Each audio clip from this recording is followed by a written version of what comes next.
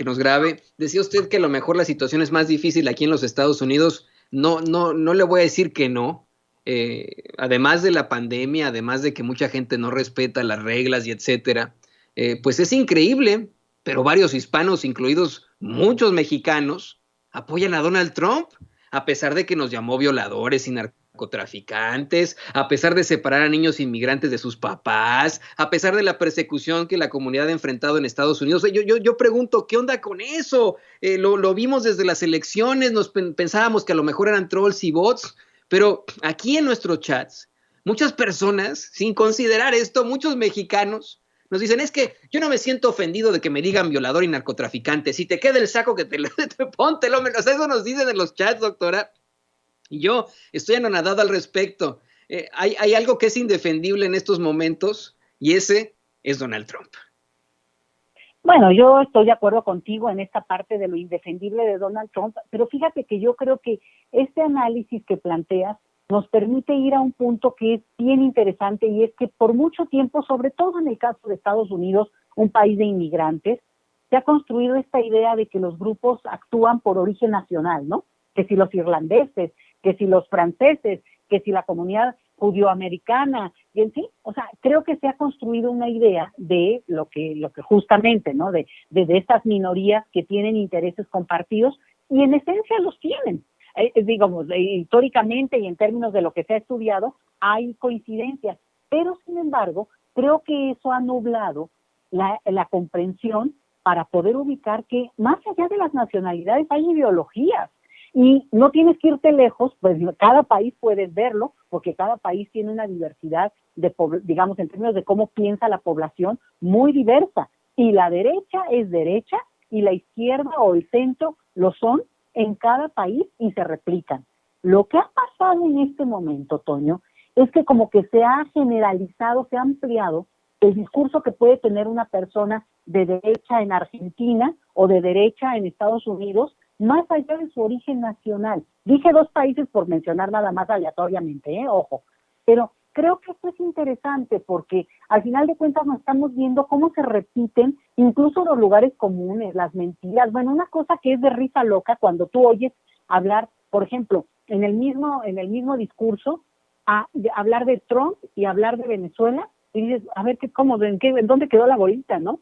Cómo hay una confusión ideológica que ha ido construyendo este argumento para poder, digamos, descalificar al que consideran la izquierda extrema y no sé qué tanto. Entonces, ni me meto ahorita en ese punto, pero sí quiero enfatizar el hecho de que nuestra lectura de que por ser de tal nacionalidad, entonces tendría que replicar, por ejemplo, un discurso, en este caso, anti la derecha estadounidense porque te afecta directamente hasta por tu color de piel.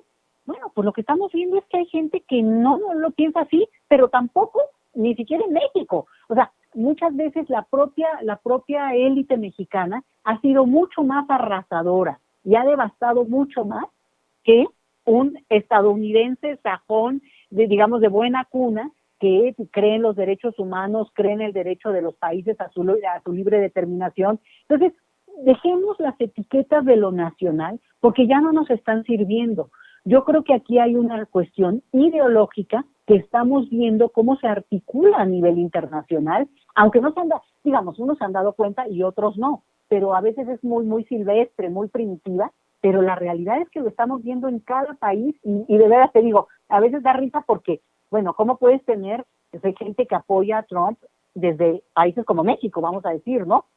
O el otro día había una manifestación de trumpistas en Japón. Bueno, Toño, por favor, es digamos, de risa, pero la realidad es que está ocurriendo. Entonces, son de las circunstancias en las que, como actúan y como lo vamos a estar viendo, hay que tener el ojo puesto porque no existe el voto latino como tal.